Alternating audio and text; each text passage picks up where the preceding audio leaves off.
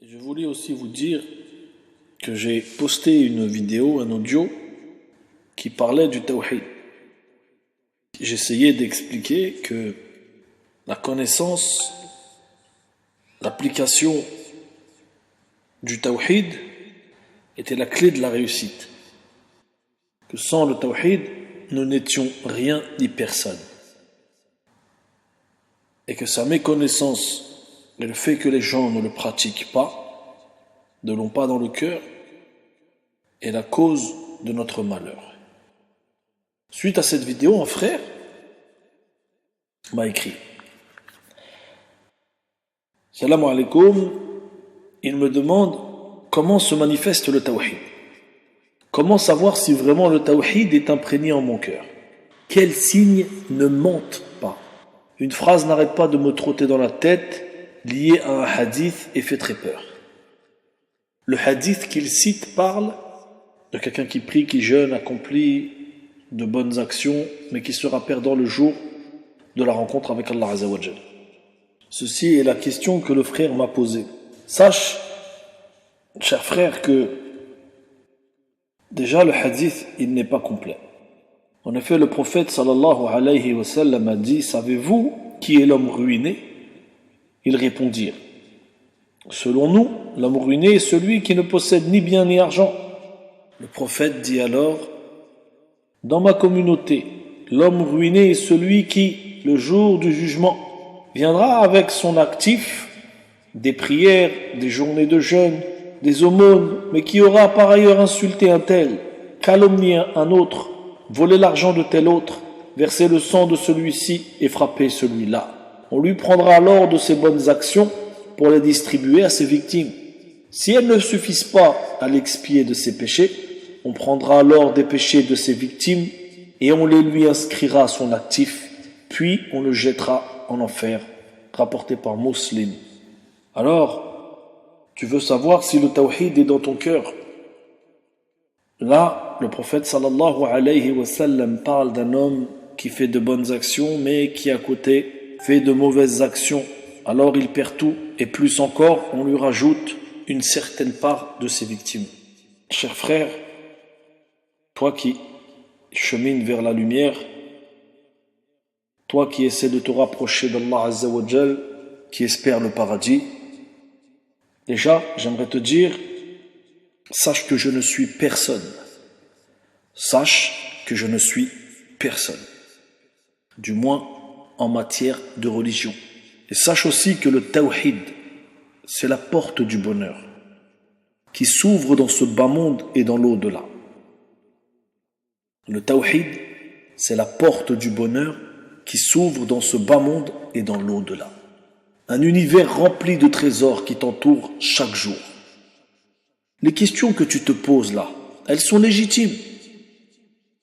Et si tu as peur d'un verset et d'un hadith, sache que c'est plutôt bon signe.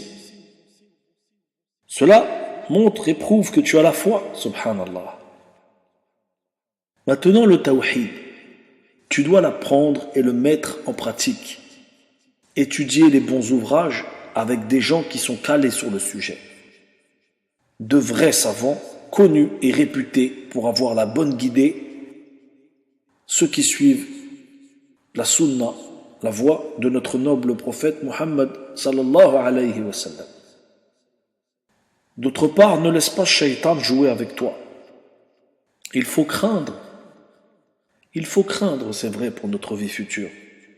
Mais n'oublie pas qu'Allah Azza wa Jal a dit: seuls les mécréants désespèrent de la miséricorde d'Allah. Alors ne désespère jamais. Ne désespère jamais, sinon tu seras du nombre des perdants, officiellement. Et surtout, la bonne opinion d'Allah, très important. Il faut toujours avoir une bonne opinion d'Allah Azza wa Jal. Surtout. Ceci est primordial. Il se peut qu'Allah Azza wa Jal te fasse miséricorde juste pour le fait que tu aies toujours eu une bonne opinion de lui. Qui sait? Allah est capable de toutes choses. Il peut te pardonner juste pour cette bonne action. Rappelle-toi-en, mon cher frère. Parmi les bons signes de ce que tu veux savoir, ce que je peux te dire, c'est que tu peux retrouver l'âme apaisée. L'âme apaisée est constamment dans un délice prestigieux. Elle fait confiance à son Seigneur et ne vit que pour lui. Elle n'a peur de rien. Elle n'a peur de rien à part de lui. Car elle sait que rien ne peut l'atteindre si ce n'est le décret d'Allah Azza wa Jal. Si le tawhid est dans ton cœur, tu ressentiras un apaisement, une certaine sérénité qui n'a pas de prix.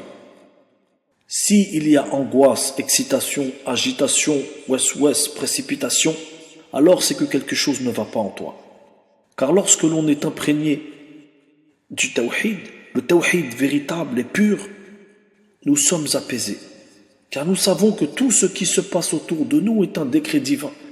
Nous savons que tout est entre les mains de notre Seigneur, celui qui nous a créés.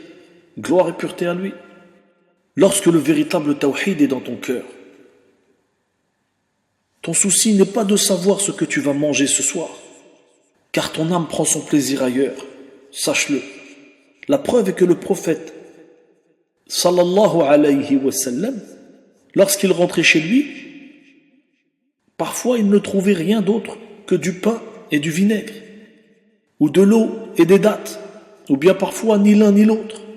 Et il était le plus heureux du monde, car son cœur débordait du tawhid.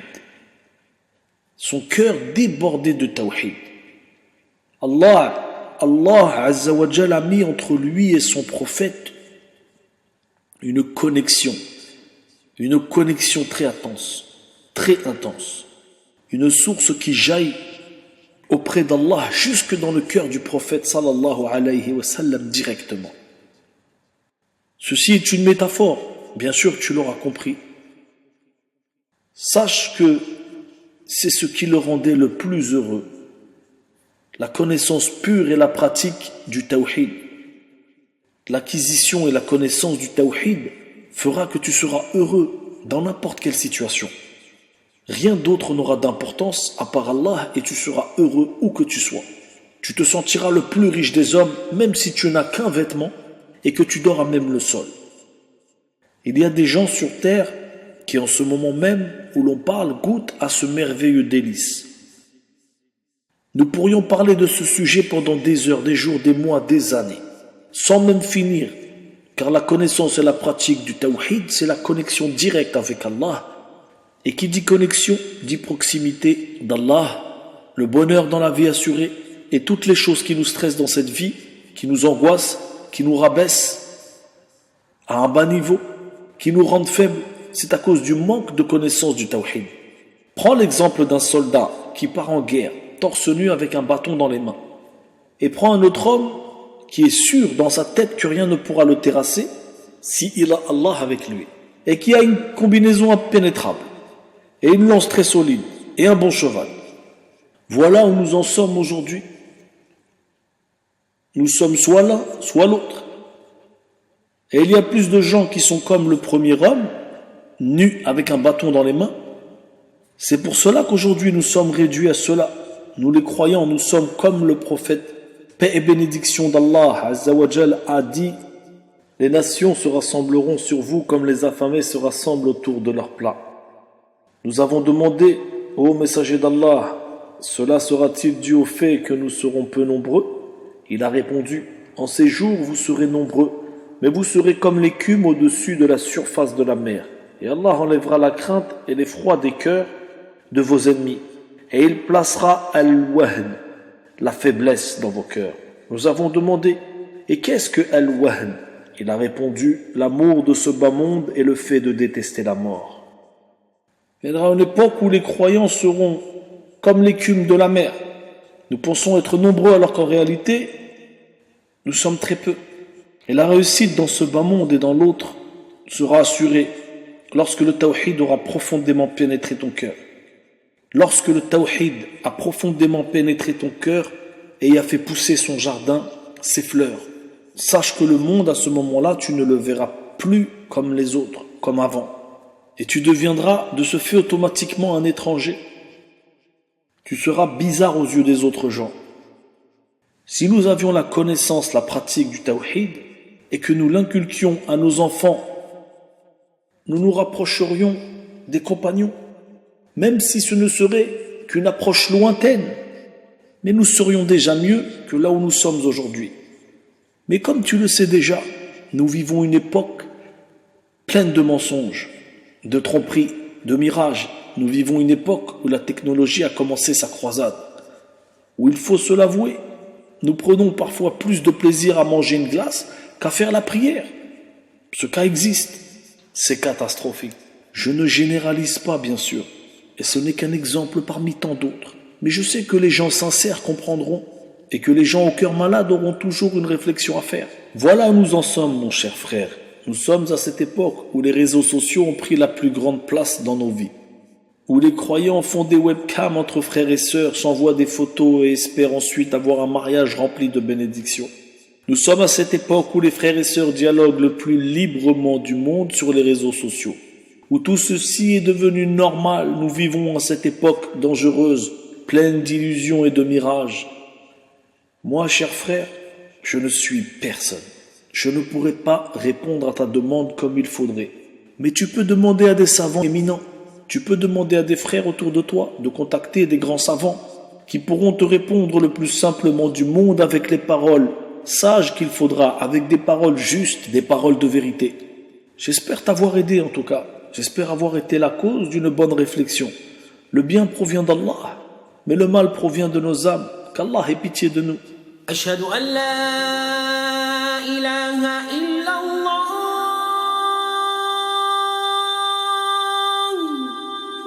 لا إله إلا الله له الملك وله الحمد وهو على كل شيء قدير.